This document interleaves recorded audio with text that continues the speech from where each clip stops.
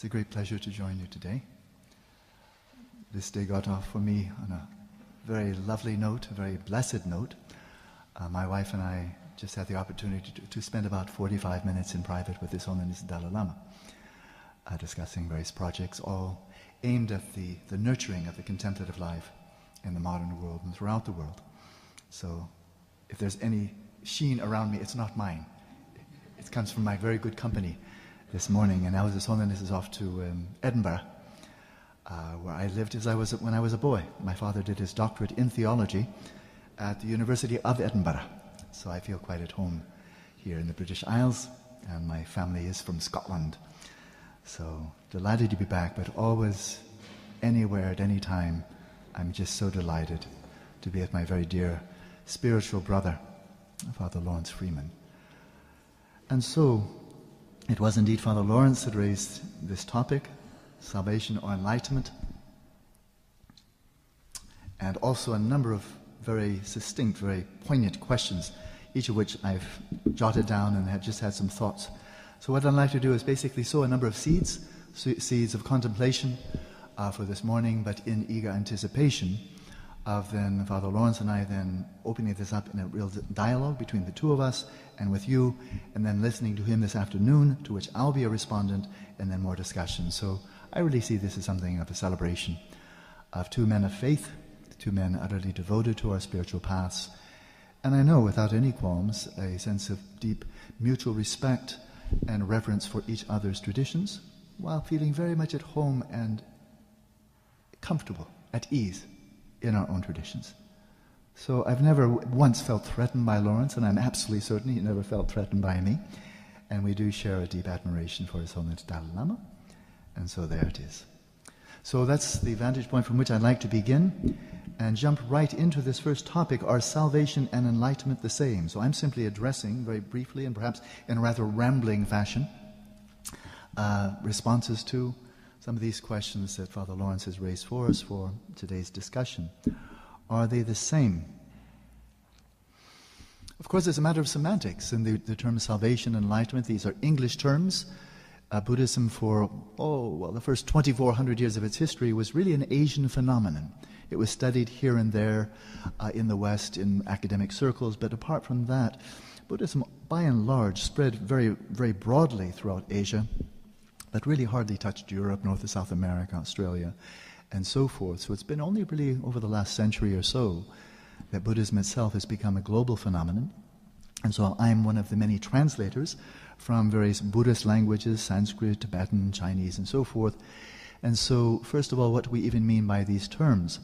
Well, just for starters, to suggest already that it's going to be very easy to, to overemphasize or to crystallize or reify the differences that in terms of Christians seeking salvation or receiving salvation, whereas Buddhists are ardently seeking to achieve enlightenment. The ambience is already different, isn't it? When we speak of you receive salvation, you don't go out and grab it. You don't get it, right? You don't, and frankly, in my understanding of Christianity, you don't earn it. You don't really earn it. You're not, are you good enough, good enough? Okay, you just made it. Now you're good enough and you've tipped over onto that side. Not the case. Not the case.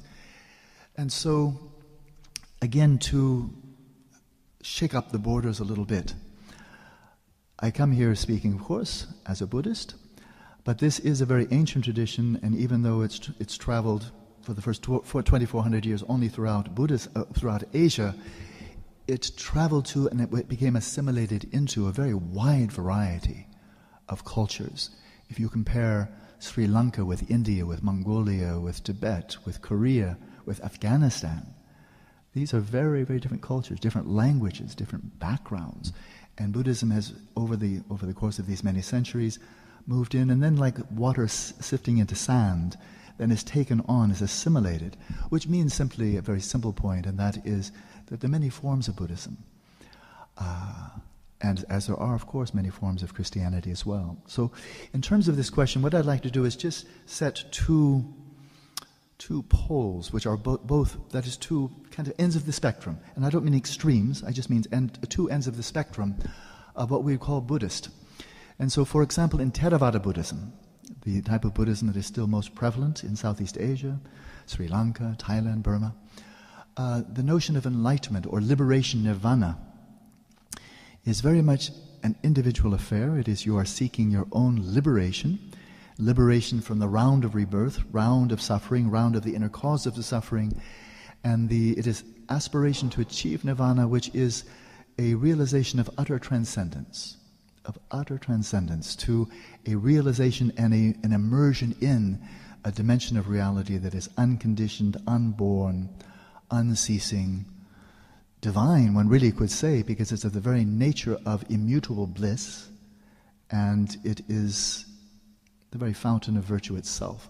So it's not just some kind of a vacuity or a nihilism at all, but it's individual. And then once you've achieved nirvana, you've become an arhat, you've come to the culmination of the path, then this is your last life, and that's it. It's not that you're annihilated, but it's that you've gone into an inconceivable realm. You're really beyond. You're beyond. And Theravada Buddhists believe this is what became of the Buddha himself. He was a man, he achieved enlightenment, he taught for 45 years or so. He achieved parinirvana, the ultimate liberation, and then he's gone. Not obliterated, but he's not accessible anymore, according to Theravada belief. You don't offer prayers to the Buddha. He's not a personal God. He's not responding with blessings, responding to prayers and so forth. It's more like he just left a kind of a blessing behind. If you go to Bodh Gaya, where he achieved enlightenment, Sadhanat, where he first began teaching, Lumbini, where he was born, then devout Theravada Buddhists will go to such places, and they will feel that blessing. They will feel here's a truly sacred place, because the enlightened one was here, taught here, achieved enlightenment. But that's it. And so the Buddha, just before he passed into parinirvana, he said, "Be as a light unto yourself, take no external refuge, strive diligently." So basically, I've imparted my Dharma to you. Here it is, take refuge in the Dharma, and now I've done all I can for you, almost like good luck, and then he's gone, right? So there's one. I do not speak of this as an extreme, but here is one end of the spectrum, that this is really a matter of striving diligently, applying the teachings. It's essentially ethics, leading an ethical, non-violent, benevolent way of life. Without that, you've got nothing. You're not a Buddhist, you're not a contemplative, you don't have anything, you have no foundation whatsoever. And I think the core themes of this ethical system are utterly congruent with the core themes of Jesus' own teachings. It is non-violent, it's benevolent, it's altruistic, above all avoiding harm. On that basis, cultivating the mind, the heart and the mind, cultivating what are called immeasurable virtues of the heart, of loving kindness, compassion, empathetic joy, equanimity, very core teachings of the Buddha. Cultivating insight, tapping into the very nature of the mind, the deepest dimensions of the mind, and challenging an innate sense, a reified sense of I am, that I have a body, that I am autonomous, I'm independent, I'm separate. And challenging that, the whole theme of non-self is not to suggest that we don't exist at all, which is frankly, it's rubbish, it's silly. But the notion that we do exist in this autonomous fashion, independent, that there's such a thing as an independent ego that has a body, has a mind, and stands in radical separation to other beings. That is exactly what's challenged. Not the notion that we exist at all, that there is a self, there is an Alan Wallace, there's a Lawrence Freeman, but rather challenging our reified and separated sense of self, and then replacing that with what? A sense of self as profoundly interdependent, and arising in a myriad of modes. Right now I'm arising in the mode of a speaker representing the Buddhist tradition. On other occasions I'm a grandfather. Homogeneously, sometimes more explicitly in others, I'm arising as a husband to my wife. I'm a son to my father, always have been, and so forth. Other times I'm a customer, and so forth. So arising in a myriad of ways, always in a role of interdependence. And so that there's the core theme, and that is that this is liberating the mind from its underlying afflictions. So there's one approach to the Buddhist path, which really does not entail prayer to a God, to a Buddha, to anyone out there, but really seeking to apply the teachings of ethics, the cultivation of the mind in meditation or samadhi, and then finally the cultivation of wisdom. And it is the core Buddhist belief, it runs through all Buddhist schools, that it is the truth that indeed shall set us free, and the truth must be realized experientially, and there are some truths, the knowing of which liberate the person who has gained such realization. And so there's one end of the spectrum, and I refer to that with respect. That's not the school, the approach, the orientation that I personally adopt, but it's one that I respect. So it's Theravada Buddhism. I'm not a Theravada Buddhist, but I deeply respect so many of the core themes that they teach and practice. But now let's go to the opposite end of the spectrum. Especially in East Asia, in China, especially Japan, there are Pure Land schools. Pure Land schools. Well, Pure Land is another word for heaven. It really is. I mean, may as well just call it heaven. And these are focused very often on a particular manifestation or presentation of the enlightened one, the awakened one, Amitabha, as a Buddha, and literally the term Amitabha means boundless light, immeasurable light, a personification, an embodiment of enlightened consciousness, of infinite compassion and infinite wisdom, a present Buddha, not simply one who's passed away, but very much, as Christians speak of the living Christ, well, the living Amitabha, someone to whom one does, and definitely does, offer prayers of supplication, seeking grace, seeking blessings. And so there are whole schools of East Asian Buddhism, this is their central core theme, that awakening, liberation, and one certainly could say salvation, this is something to be realized in the hereafter. In the hereafter. And how do we achieve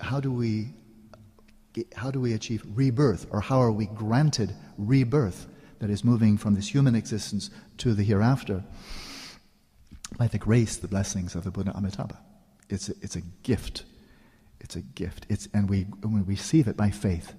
And so it's granted by way of blessings. One certainly could say grace. It's not at all a misnomer here. And by the grace of the Buddha Amitabha, by those blessings, then one, as one dies as a human being, one is born in Amitabha's heaven. It's called Sukhavati, which simply means a place of bliss. And the divine presence there is Amitabha, Buddha of boundless light. And so how, according to the classic teachings on this Pure Land, Sukhavati, what do you need to do? What do you need to do to find such salvation in the future life? And it's three. It's very clearly laid out. First of all, you must be leading an ethical way of life. You cannot skip that. That is, doing our best to avoid violence, to leading lives of non-violence, of non-harm, engaging in altruistic acts of benevolence, a benevolent way of life to the best of our ability. But bottom line is ethics. If you skip that one, then that's the end of the story, right? But on that basis, then something more is required. And that is in this Mahayana teachings. Now, these teachings around the Bodhisattva way of life and the teachings on Amitabha are thoroughly embedded in that framework. Then devoting oneself to the best of one's ability, to following the Bodhisattva's way of life, and this is through the cultivation of what are called the 6 perfections, 6 glorious virtues, and they are in sequence: generosity, orienting one's whole way of life around giving, around service, around generosity, the first. The second one, we come back to ethics, but we see that ethics is couched in a spirit of altruism, of benevolence, of service. And so it's ethics emerging from that. And then out of ethics, the cultivation of patience, fortitude, forbearance, inner strength, willing to meet adversity without falling into anger, hostility, resentment, and so forth. An inner calm and equilibrium. Forbearance is a good term. The fourth one is, my translation is enthusiasm. It's often translated as effort, but that's too austere. It's enthusiasm. The Sanskrit term virya, really the meaning here is taking delight in virtue. It's not simply striving diligently, being persevering, trying hard, giving a lot of effort, but it's taking delight in virtue, right? That's the fourth one, the perfection of enthusiasm. And I like the term too, because the enthusiasm, the middle of that term, enthusiasm, thus comes from theos, God within, God within. And so there it is, where from within you're taking delight in a path of virtue, right? So that's the fourth one. And then there's meditation. Out of that delight, out of that just sheer taking delight in devoting oneself to a meaningful and virtuous life, then out of that, as an expression of that, the devotion to meditation, to cultivation of deeper compassion, above all, and then finally wisdom, the perfection of wisdom. And so, first of all, ethics, then devoting oneself to the cultivation of virtue, really following the teachings of the Buddha. And then finally, and most importantly, and this is where this differentiation between salvation and enlightenment gets very thin indeed, is then prayer. It's prayer. And it's asking for the calling upon the blessings, calling upon the grace of the Buddha Amitabha. Grant me your blessings that as soon as I pass away, I may join you in this pure land, this a domain of reality that is a pure expression of the mind of the Buddha Amitabha. It's not just some other place. It's not a planet. You won't find it with a satellite, but a pure expression of the mind of Amitabha, to be born there, and there, under the guidance of Amitabha, then realize full awakening. That's the idea, right? So, I think the parallels with Christian notions of heaven are kind of leap out at us. But I would say, once again, this is absolutely mainstream Buddhism, right? But now when I speak of this being the end of the spectrum, I met one fellow, he's a Swiss man, when I was a monk living in Switzerland about 35 years ago. And he was ardently a follower of a Pure Land school of, I think of Japan perhaps. And I was a monk, we were studying, we were meditating and so forth. And he said, well, it's all very much what we're doing. I know you're monks, you're following a life of virtue. But actually, according to my school, the school that I've adopted, we don't meditate. And as a matter of principle, we don't meditate. Because if you're meditating, that at least implies that you're trying to earn your way to salvation. But that means you don't really have faith. And so in our tradition, we adamantly don't meditate because we realize that birth in Sukhavati is a free gift. It's the blessing of Buddha Amitabha. So our practice is really worship, devotion, ethical life, of course, but we don't try to achieve anything. We simply receive that which is freely given by the Buddha Amitabha. So no meditation, right? So that's why I say these are two. And do I respect his position? Do I think he's a little bit cuckoo? I understand. He was a virtuous man, ethical man, deep faith. Good. But I'm not following that school. Right? And so many Buddhists fall in somewhere in between there, where there is a role for effort. And the role of, first of all, if one enters the Buddhist path, one begins, so traditionally speaking, and this is for many, many hundreds of years, it's not a matter of adopting a certain set of beliefs. That's not it. Not that that's wrong, but that's simply not how the Buddhist path opens up. But it's more a matter of an expression of trust, of confidence. Very much like in a friendship. If you first meet someone, there's no reason you should trust that person on first encounter. But then as you get to know that person, a friendship forms, the friendship deepens, you see this person in a wide variety of contexts and so forth, then a deeper sense of trust, of confidence may arise. And so likewise in Buddhism, one may begin studying the teachings of the Buddha, one may start to practice, and in so doing, by growing in understanding conceptually or theoretically, by devoting oneself to practice, then it may occur, as it has in my case, over time, a deeper sense of confidence, of trust, arises to the point that one feels, now for the cultivation of meaning, for liberation, for finding genuine happiness, eudaimonia in Greek, for the most essential pursuits of my life, to whom shall I entrust myself? And if one has such trust in the Buddha, then it says, you take refuge in the Buddha. So I take refuge in Buddha. One takes refuge in the Dharma, the Buddha's teachings, the path that he prescribed, because of confidence, of faith. It's not a matter, do you believe this? It's a matter of trust, of confidence. Trust and confidence in the Sangha, and that is one's community, one could say one's church, one's fellow spiritual brothers and sisters, and especially kind of the elders of the church, those who've gained profound realization. So refuge, this deep placing of trust, an existential placing of trust in Buddha, Dhamma, and Sangha, that defines a Buddhist. So it's not a matter of exactly what you believe or how good you are, and so forth, how virtuous, but a matter of trust. So for the rest, now that I've shown these two ends of the spectrum, where I'd like to speak now is simply from my own heart, from the path of Buddhism. I am a student of His Holiness Dalai Lama now for 41 years. I met him in 71. It was love at first sight. As soon as I met him, I came to him seeking counsel. I did not come to him just to meet a famous person, but with some very core spiritual questions that I had that were very important for me. He answered them with such depth and warmth and sincerity. I knew I had found my teacher. So that was in 1971. So I will speak from this point on, not as a Theravada Buddhist who feels, there's no one to pray to, there's no one out there, just strive diligently and achieve nirvana for yourself. I respect that, but that's not my path.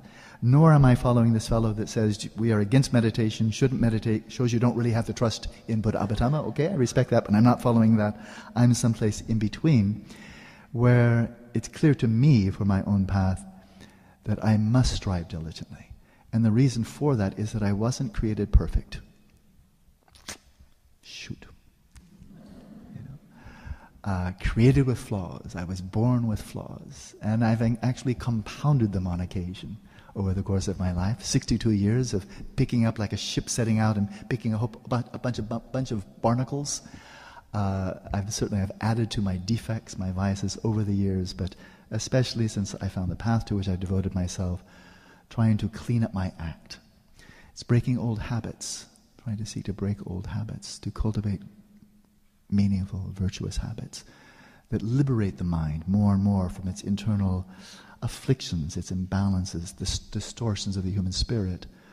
So, and again, the mental afflictions being the source of all of the type of behavior that we are prone to, which leads to conflict, disharmony, misery for ourselves and others, violent impact upon the environment. All of these, and I think there's complete congruence here, all of the immensely sad conduct that human beings engage in on occasion with respect to each other. Sometimes defying the imagination, how awful we can be to each other. Whether it's in a single household, one race against another race, one race against another race, and so forth. As if we don't have enough problems already with challenges from the environment, the violence of nature itself, with tsunamis, earthquakes, and so forth, as if aging, sickness, and death isn't problems enough, then somehow, in a bewildering way, we compound our miseries by treating each other and the natural environment in violent ways.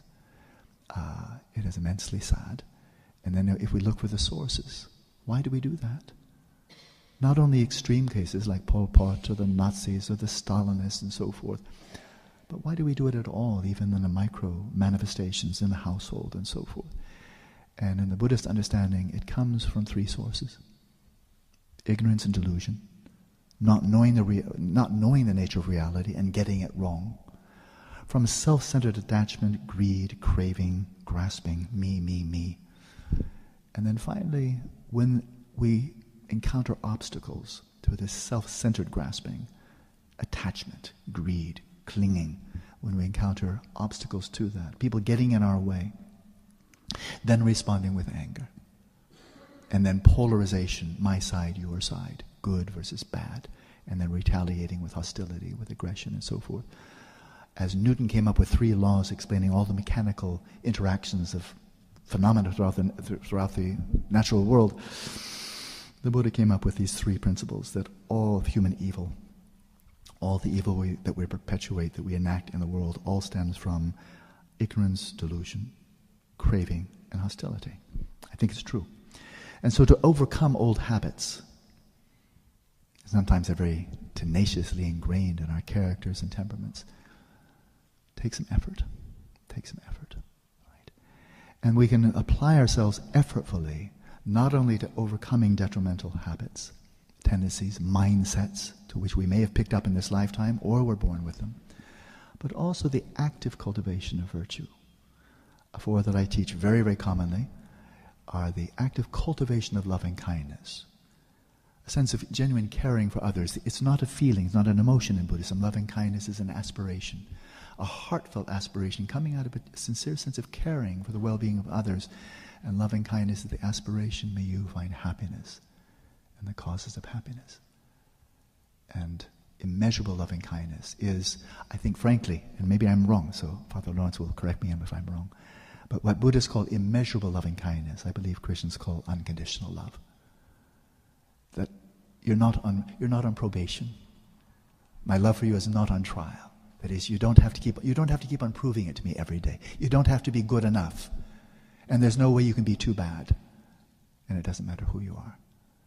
That when it's immeasurable loving kindness, the barriers of love here but not there are broken down. And it's like water flowing out over an alluvial plain, and it flows evenly. Immeasurable loving kindness. May we all find happiness and causes of happiness. Immeasurable compassion. May we all be free of suffering and the causes of suffering. Immeasurable empathetic joy. Taking delight in the virtues, the joys, the happiness of others, as if they were our own.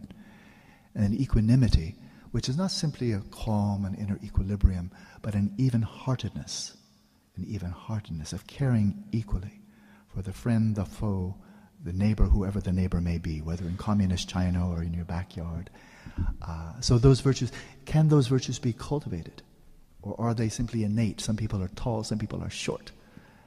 People have different physiological constitutions. Not much we can do about it. I can't become short. That's hard, right? Not short. Yes, I can, but it comes slowly with age. Little bit. Maybe I'll lose another inch if I live long enough. The case of the shrinking Alan.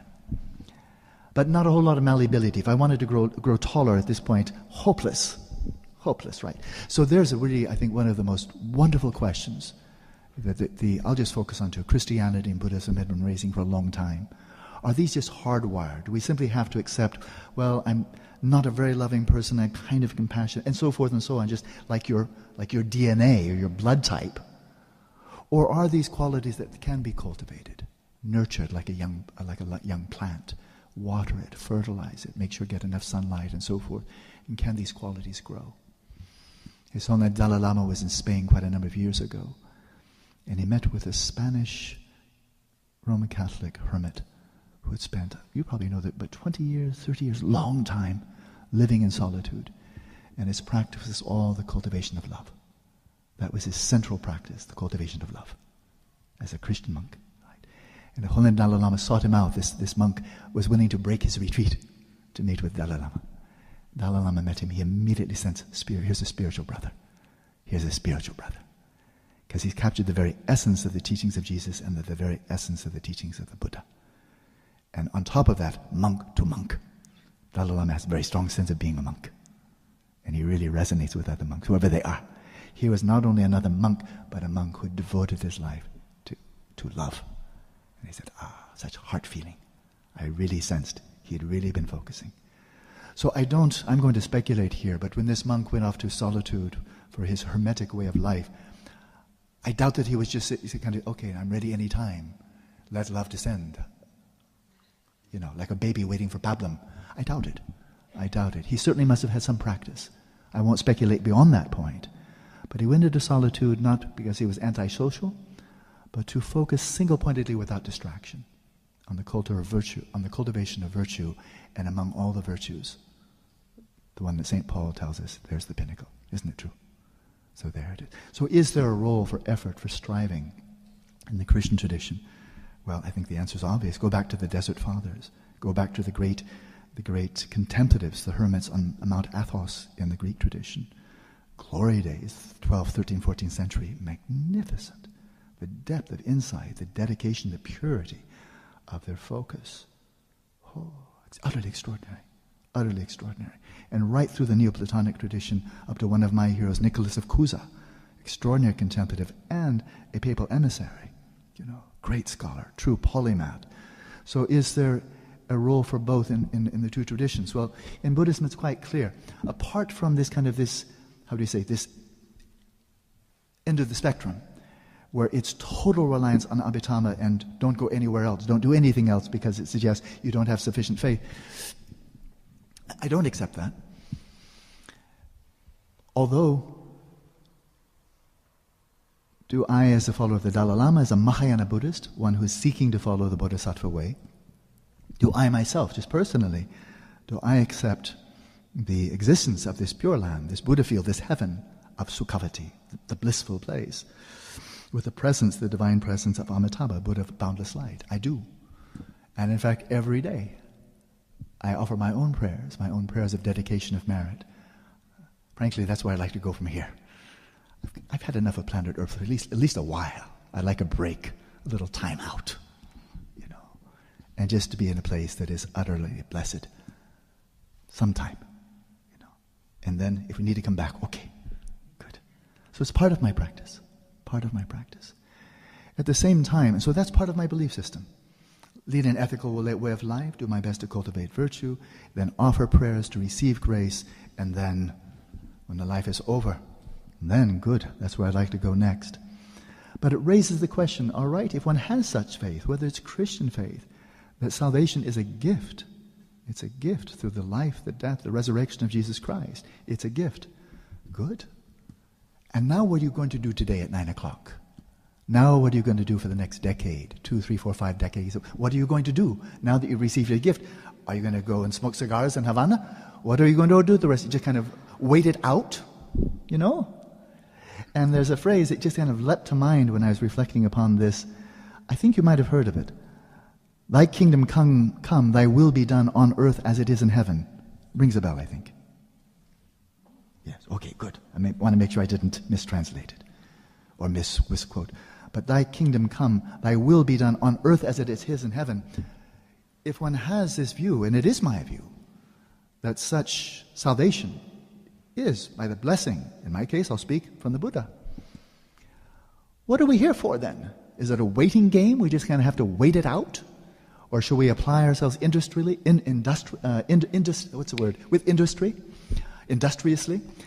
to making a living, to getting ahead, to building more skyscrapers and more of this and more of that, and then at the end of the day, and said, thanks a million for the gift, and then we're off? What should we do with this life? And I must say, that's what I totally embrace, that this kingdom of heaven, so I will speak as a Buddha, Sukhavati, let this be here, that this may be the blessed place. That we may be living here as if we are already in Sukhavati, already in a divine place, already devoting ourselves 100% with all our might, all our strength to following the teachings of the awakened ones. So, as you can tell, I think there is much more that brings us together than separates us. But of course, if one focuses on the extremes, on the ends of the spectrum, I quote one Christian, I read it in a little Christian monograph or something like that, some evangelical tract. When I was a monk in Switzerland, my great aunt, who was a very devout evangelical Christian, she wanted to save my soul, I think. And so she took me to one evangelical Christian center, and there was a little poster there in the entrance saying, beware of yoga. Beware of yoga. It's dangerous. You practice yoga, it can lead to other things like meditation. There's a real danger. You start with yoga, it could lead to meditation. And meditation will take you within, and you know what's within. That's where the devil lurks. And the devil will swallow you like a big fish swallows a little fish, and you will be sorry. So don't go in there. Don't go in there. And that means don't practice yoga. It could lead to other things, So I thought that was quite charming. And if the people who are promoting that view, if they're living virtuous lives, ethical lives, benevolent lives, and they have such faith, that's good. That's good. But it's not a belief that I can share. But then what I've loved to do, when I was writing one of my 2 dissertations at Stanford, when I was doing my doctorate in religious studies, the other dissertation that wasn't accepted as a dissertation because it was just too broad, was this book that was cited earlier, The Taboo of Subjectivity. So it wasn't good enough for dissertation, but Oxford University Press found it good enough to publish, and it's still in print. But as I was doing the research for that, it was really a celebration. I just loved doing it. And among other things, I began to investigate, at certainly a superficial level. I'm no scholar of this, don't even read Latin. But I did do some research on the Augustinian tradition of Christian contemplation. And I'd like to just highlight this, and so I'm obviously stepping out of any domain for which I could have any remote claim of expertise. But I'm sharing it only because I found it very inspiring. So that's my justification, not any expertise at all. But this laying out of a contemplative path by one of the most formidable minds, greatest saints in the whole of the Christian tradition, St. Augustine, that he laid out his path. It begins with purgation. Purgation, obviously the purification of the soul. So purifying vices through confession, purification in various ways. You're all very familiar with this. So there is your foundation. And then on that basis, the next major phase of now entering into real meditative practice, he called recollection. Recollection, and this entails the withdrawing of the attention from all sensory and conceptual phenomena. So it wasn't very long ago that we did that with Father Lawrence, the meditation we did right here. Quieting the mind, bringing the mind within, calming the conceptual, obsessive, compulsive, conceptual mind. A withdrawal, a coming home in recollection, collecting yourself once again as you bring your awareness within. Recollection. And then the next step beyond that is introversion. Introversion, and this I understood to be an introspective settling of the mind in its own fundamental nature. So really settling into the depths of one's own, one could say one's own soul. So it's not yet a truly contemplative realization, but it's coming into one's, one could say, into one's core. Withdrawing from all that is peripheral, all that is secondary, all that is merely distraction. Coming really withdrawing deeply into one's core. The first step simply withdrawing from sensory and conceptual, but now almost like going even deeper in the same route, the same trajectory. Coming into one's own core, the ground nature of one's own, settling of one's own mind or soul.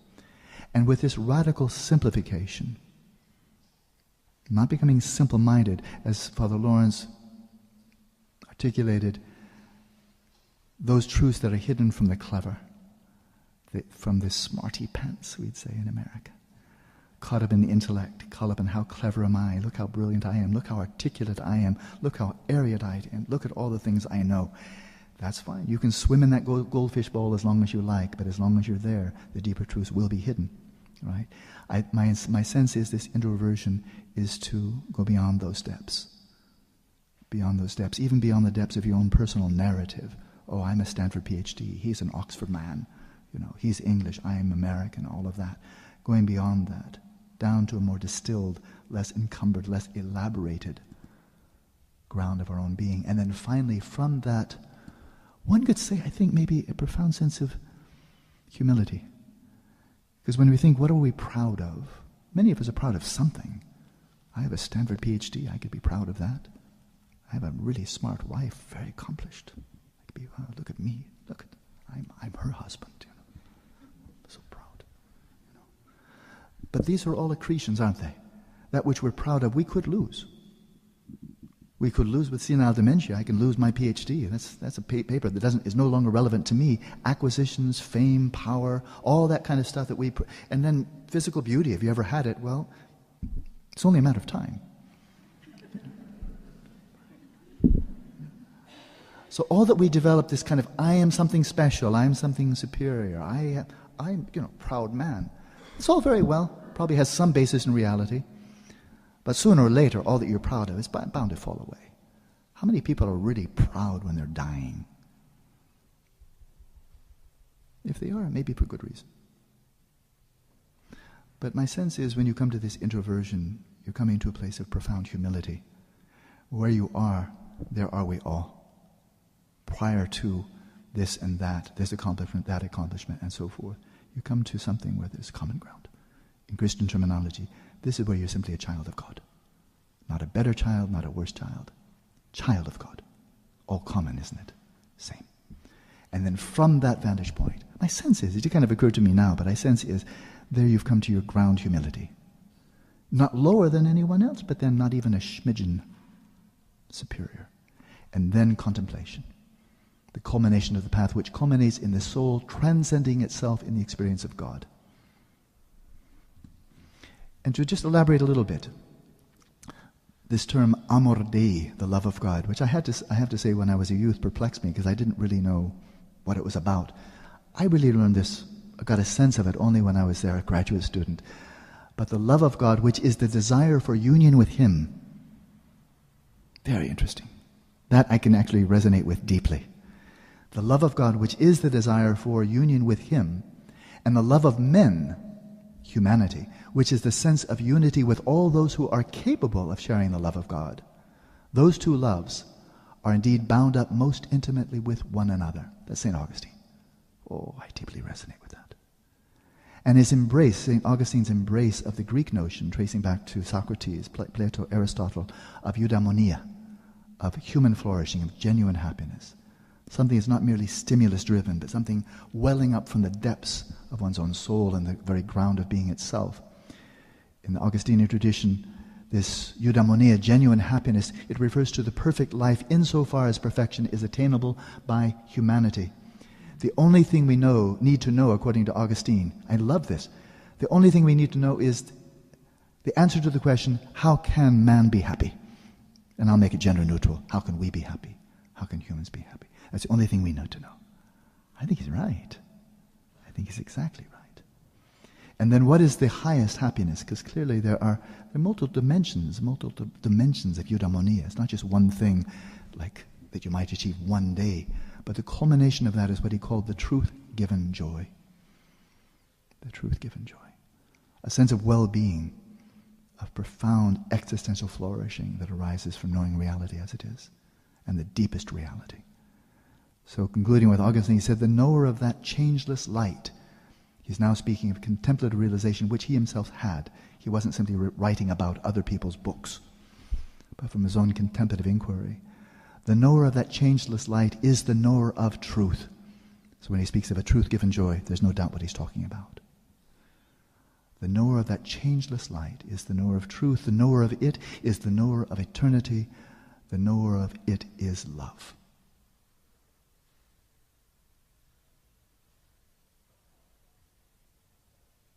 O eternal truth, true love, beloved eternity, thou art my God. I think that's very powerful. Very powerful. So I must say I do not accept the generalization that Buddhism has no God. I think some Buddhists have no God. But to say that as a generalization of Buddhism, I don't accept. I don't accept. So moving on, because I will be very punctual to end at noon. I try to be very obedient.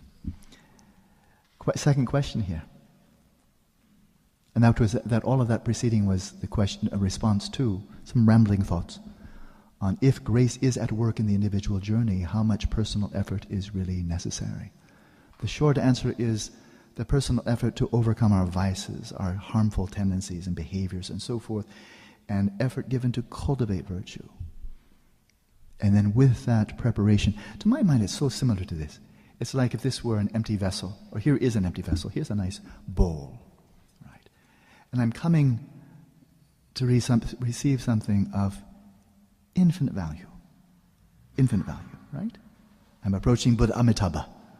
I'm approaching the Buddha, the Dhamma and Sangha, and I'm asking for something of infinite value in which I absolutely place my trust. I take refuge. But I'm coming with a bowl asking, please fill me. Right? That's coming for a gift. Coming for a gift. But then you ask, what's in your bowl? And if the bowl is full of cockroaches and smudge, grease, dirt, and so forth, you say, well, couldn't you have cleaned your bowl a little bit? Do you know what you're asking for? Do you know what you're asking to be poured into this bowl? Wouldn't it have been suitable, a kind of a sign of respect, perhaps, at least respect? Purify your bowl before you lift it up and ask to be filled. To bring a bowl that's still dirty, kind of disrespectful. Like, don't you take this seriously? Yeah? It takes some effort to fill the bowl, to purify it, to cleanse it, maybe even paint it in a very lovely fashion, to make it a chalice, make it something lovely, a show of an expression of your reverence for what you are to receive. But if you don't do that, then how much is that reverence? That's where the effort is. It's in cleaning the bowl, turning the bowl, perhaps a primitive, crude vessel, into a lovely chalice, waiting to be filled. The fill, that's where the grace comes in, the blessing comes in. So this is utterly part of my worldview, and it comes from the Buddhist tradition in which I've been trained. And then we ask, Lawrence asked, at what level do or can different traditions achieve sameness? And I would suggest that the term so common in the Christian tradition of grace hardly ever used in the Buddhist tradition, but perhaps simply by translators trying to show that Buddhism is not simply Christianity. So there's some words that Buddhist translators, that is translators from Sanskrit, Pali, Tibetan, when translating into English will avoid just because they feel that as soon as the word is used, then one will bring in a whole bunch of Christian connotations which may or may not be appropriate to the Buddhist tradition.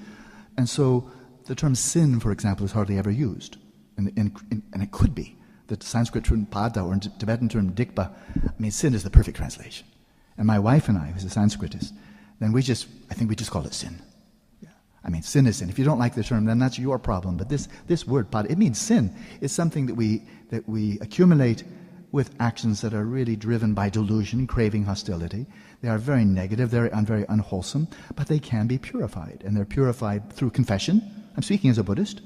Purified through confession, through remorse, but also indispensable there. Not enough just to feel sorry, remorseful, repentful, be repenting for past deeds. But in order for the sin to be purified, there must be an utter resolve to avoid such in the future. If that's not there, then it's kind of not sincere. Right? So in Tibet, they say even the bandits were Buddhist.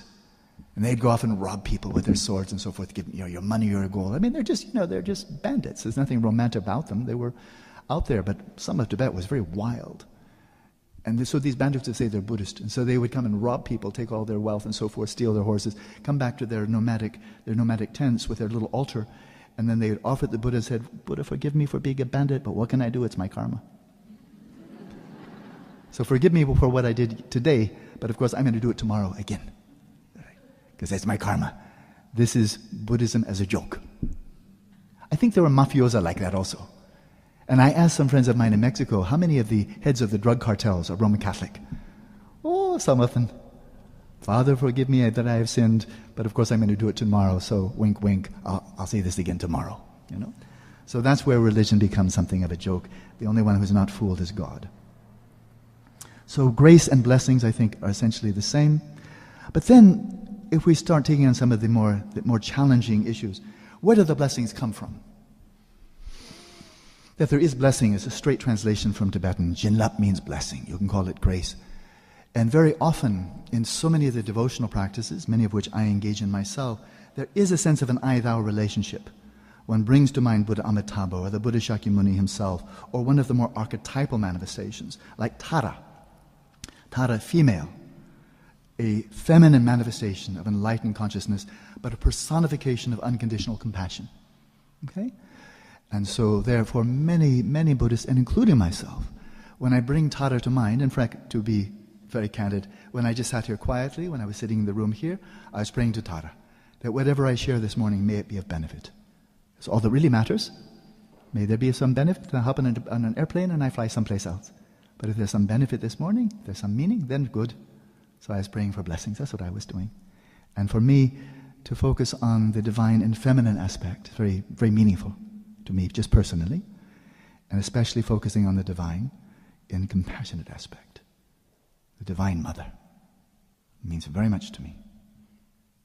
And so blessings. And actually I often feel blessings. I know it could be placebo effect. I know it could be imagination, but I think not. But I experience blessings coming in. Sometimes when I teach, I feel, I think there was some blessing there. And then we can ask, okay, where did it come from? Did it come from someone who is radically other? Radically other. Tara, manifestation of enlightened compassion, unconditional, timeless. But somebody radically other?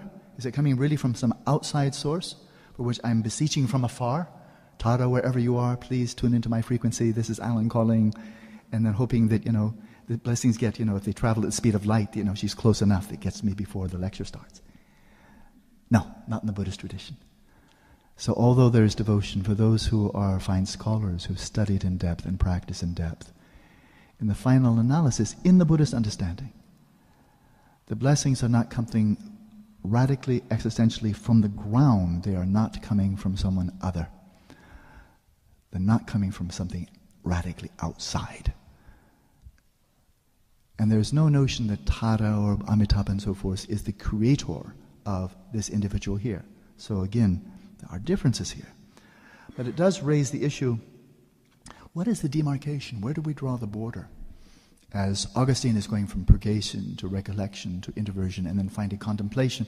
And my understanding is when you come to the culmination of the path, you have an unmediated encounter with. I'm choosing my words very carefully, and I hope they're correct. I'm doing my best. But when you come to the culmination of the contemplative path, according to Augustine, you have an unmediated face-to-face encounter with the changeless light. God beyond all iconography, beyond images, beyond concepts, but as a face-to-face encounter. It's not an experience of total non-duality, but an intimate and unmediated encounter. But some sense of still, this is the creator, I'm the creature, I'm the createe, I'm that which was created. But it's an interesting question, and I think most interesting if it becomes experiential. What are the contours of our own sense of identity? Where does any one of us here, where do I start and where do I end?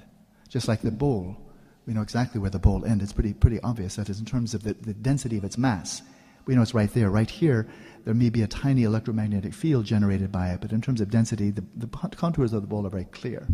The contours of the body are very, very clear. Nothing mysterious about that. The body breathes, it's giving off moisture and so forth, but overall contours of the body, demarcations of my body and your body, no problem. Quite clear, right?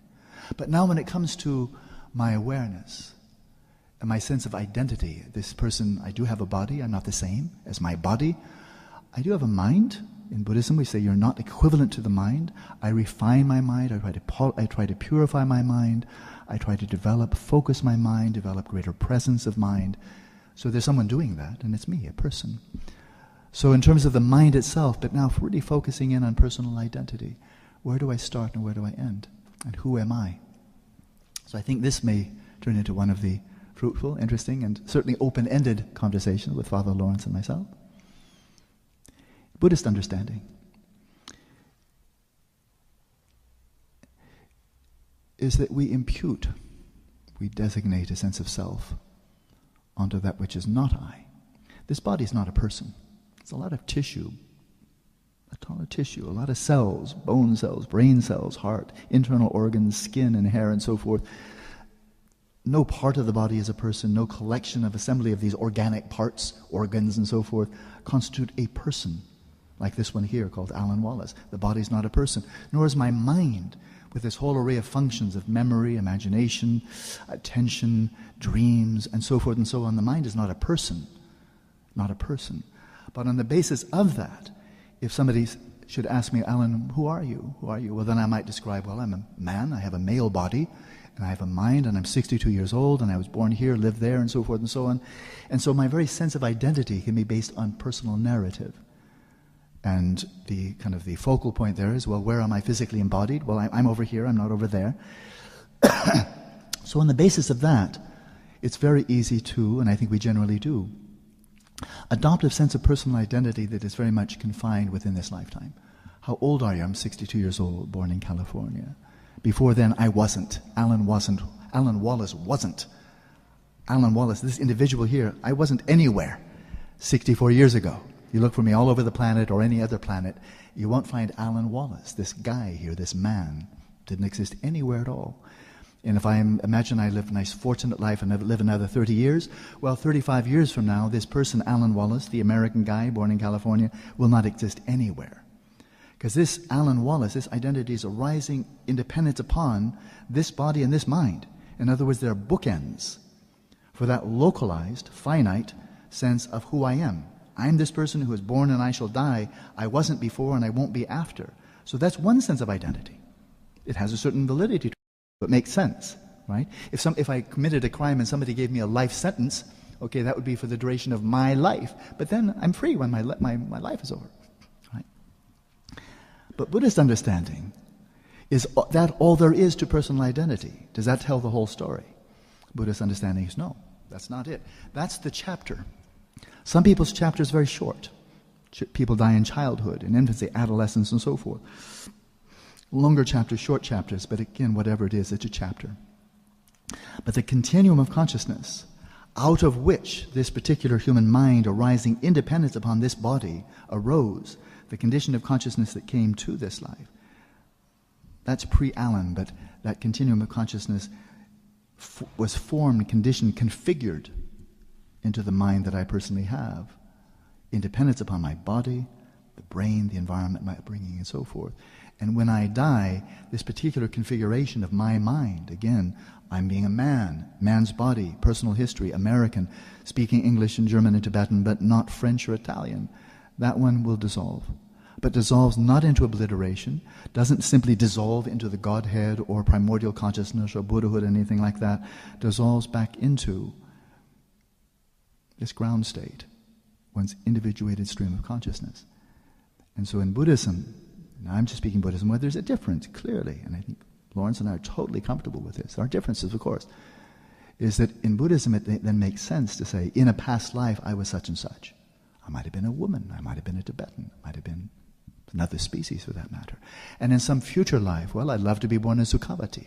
Perhaps I will be a human being in some life, but then who will that be? I don't know. But the continuum of consciousness that carries on, that's the how do you say, the common thread. So in this sense, I am now relates not only to the chapter with its bookends of conception and death, but something before and after. And so then in this Buddhist context, we speak of an evolution, a transformation, when it is deliberate, when we are devoted to a spiritual path. Then we're not simply bouncing around like a ball in a pinball machine, boing, boing, boing, here, going here and there, life after life, but there's actually a continuity, an evolution, a path of spiritual maturation, or to use the term used earlier, a path of spiritual growth. Because one life is just too short for almost all of us to come to the culmination of the path. And so there's a deeper sense of identity, is from this short lifetime I'll evolve, develop as much as I can, but I don't know whether I'll die tonight or in 30 years. How? Who knows? That's okay. Either way, it's okay. But then one can ask, is there anything beyond that? So there you are, an evolving soul, so to speak, striving, and if you continue striving, then continue to mature, to follow a path of unfolding, of liberation, spiritual maturation. But is there anything beyond that?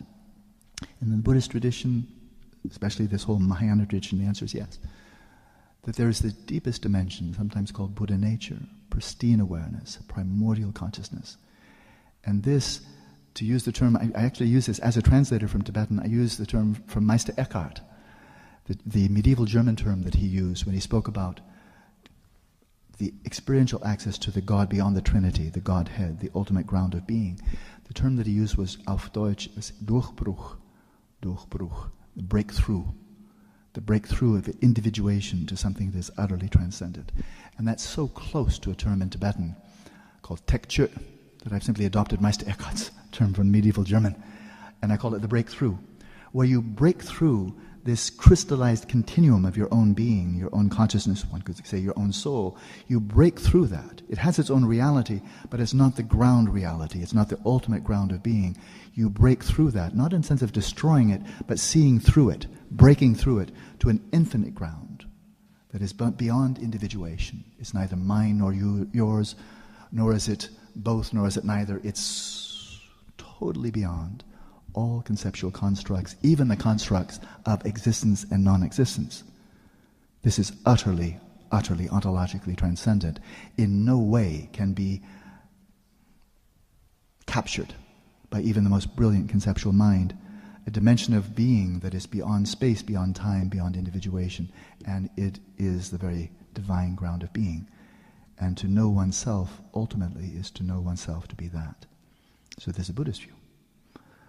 In terms of knowledge and faith, I sense, again, there are Christians who say, well, it really has nothing to do with knowledge, it's all about faith and belief. Faith, grasping, therein lies your salvation. But of course, let alone the Gnostics, even in the mainstream Roman Catholic tradition, the role of knowing God, as we see from Augustine himself, the passion to know God. I've certainly seen this in the Desert Fathers and early Christianity, that meditation is also about knowing, making discoveries, contemplative through contemplative inquiry.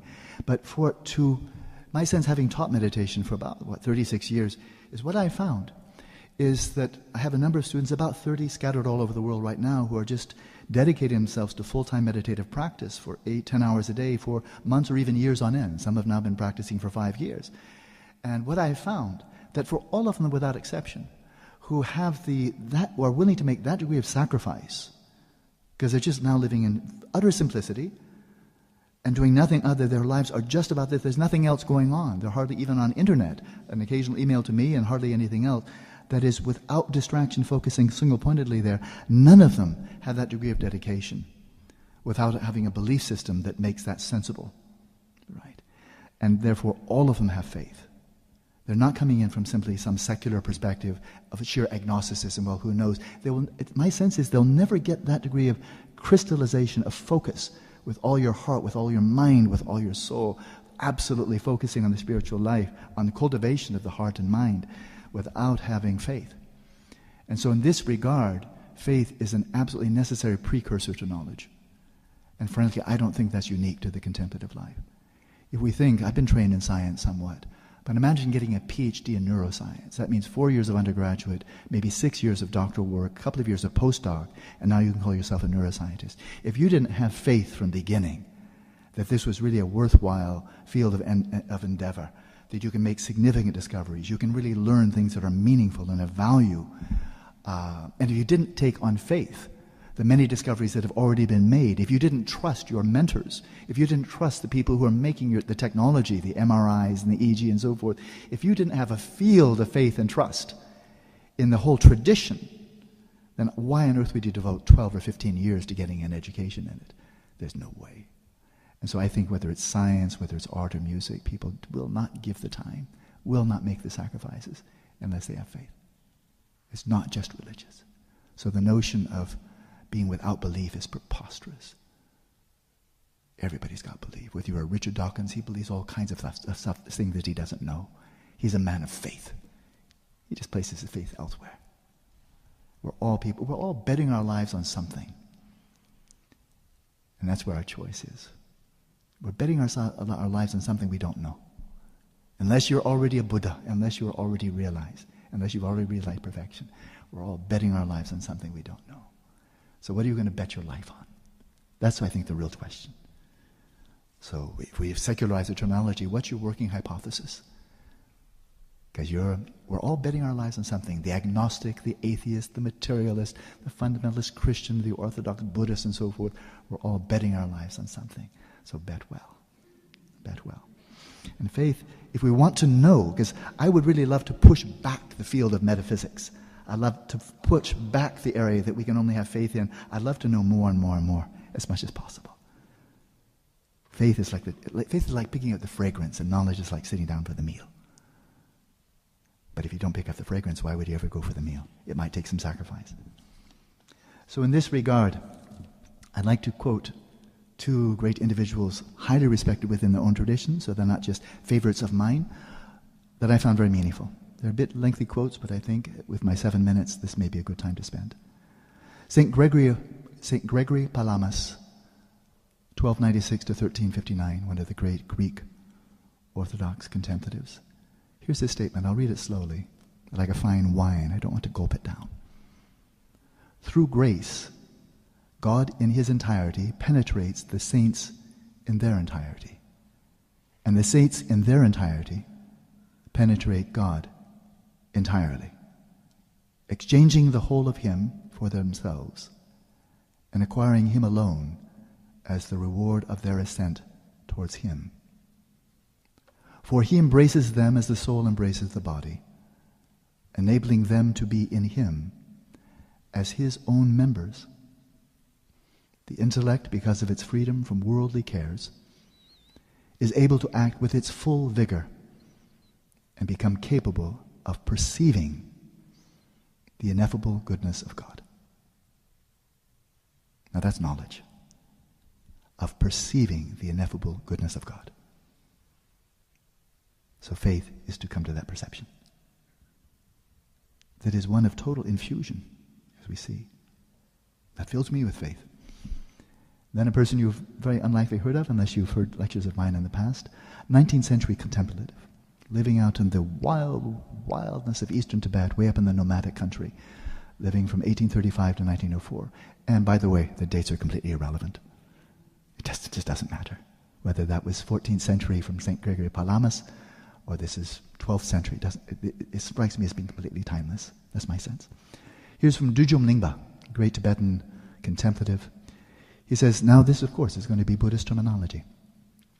Once you have recognized all phenomena within samsara and nirvana as the play of your own appearances alone, you will actualize the great all-pervasive realm of pristine space, which is self-originating, spontaneous, primordial consciousness. Due to the unceasing power in the nature of primordial consciousness, there is total knowledge and total awareness of all phenomena, without its ever merging with or entering into objects. Primordial consciousness is self-originating, naturally clear, free of outer and inner obscuration.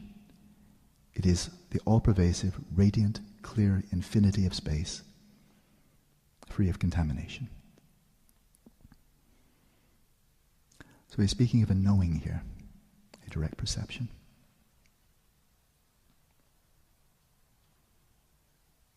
So I've already responded briefly to the question Lawrence pays. I see you have 5 minutes. The question being, is it the concept of the person at the core of the two traditions that really makes the difference? It may very well be. There may be some significant difference there. And that is, at what point do we say no longer I, but thee? Thereon hangs the tale. Or there is the response to the question, ultimately where are the blessings coming from? What is the origin of grace? Within you or without you? And where's the demarcation? So a little bit of response to that already. Here's one, a bit provocative. I like provocation. If Buddhism lacks the warm human touch, which it indubitably does on occasion for some Buddhists, I've seen it, there's no question. Does Christianity treat God as an emotional projection? I suspect that's true for some Christians on certain occasions. So how about this, lacking warm human touch and then just going ushy-gushy into emotions and saccharine sanctimoniousness? Very different from sanctity. The Buddhist responds very briefly here. From the Buddha, wisdom without compassion is bondage. Compassion without wisdom is bondage. So it is certainly true that one may follow a Buddhist path and then find it becoming dry, austere, barren, indifferent, dispassionate, but in a dry and arid way, in which case, frankly, you've fallen off into a detour. That's not the Buddhist path. But people mistake that. Think about it, after all, I have no desires. Oh, the Buddhist ideal is not to have no desires. That's brain dead. It's crazy. I see so many stupid aphorisms. Life is suffering. The Buddha never said that. The ideal of Buddhism has no desires. Oh yeah, really? That's ridiculous. No desires. You'll never feel hungry again. You never want to achieve a liberation. You never want to meditate, because that's desire. And then, of course, if you now have this ideal, I must be without desire, how are you going to achieve that? By desiring it. That's a catch-22 if there ever was one. It's absurd. No, it's absurd. It's ridiculous. It comes from bad translation. Life is suffering. Bad translation. The ideal of Buddhist practice, no desires. Bad translation. That can really be very misleading. So, I wanted to end on this note, now that I see about three minutes. Coming back to someone who is neither Christian nor Buddhist, but in terms of being an intellectual hero, he's one of my intellectual heroes, and that's William James. One of the least dogmatic of the formidable minds of Eurocentric culture, European American culture. Great pioneer of modern psychology, profound philosopher, and wrote truly one of the great classics of religious experience, varieties of religious experience. He's a very passionate man, in a very good sense of the term. I think deeply troubled by the rising domination of materialism. Very sympathetic to religion, especially to its contemplative core, and I will use that term. But it was a call to anyone who is listening. A call to revitalize, for religion in the modern world to be reborn, deliberately, consciously, to come back to its experiential roots, because there are so many things doctrinally and institutionally that divide us. And then as soon as we start reifying that and feeling, oh, I am Buddhist, I have the only way, we're the only ones following the path to enlightenment. Christian, the Muslim, the Hindu, the atheist can be as dogmatic and fundamentalist as anyone else, we know, and quite militant. But William James said, let us come back to experience. And here's what he said. Let empiricism, once become associated with religion, as hitherto, through some strange misunderstanding, it has become associated with irreligion. So often it's the scientists, the materialists that are holding up the banner, we're the true empiricists, we're the true empiricists. You religious people, you're just believers. We're non-believers. Claptrap. Mumbo jumbo, what rubbish to say that the atheists have no beliefs. Give me a break. Earthworms have no belief. Cockroaches have no beliefs. Atheists have as many beliefs as the most fundamentalist Christian or Buddhist. They just believe different things. It's totally absurd. I never use the word believer and non-believer unless you're talking about earthworms versus human beings.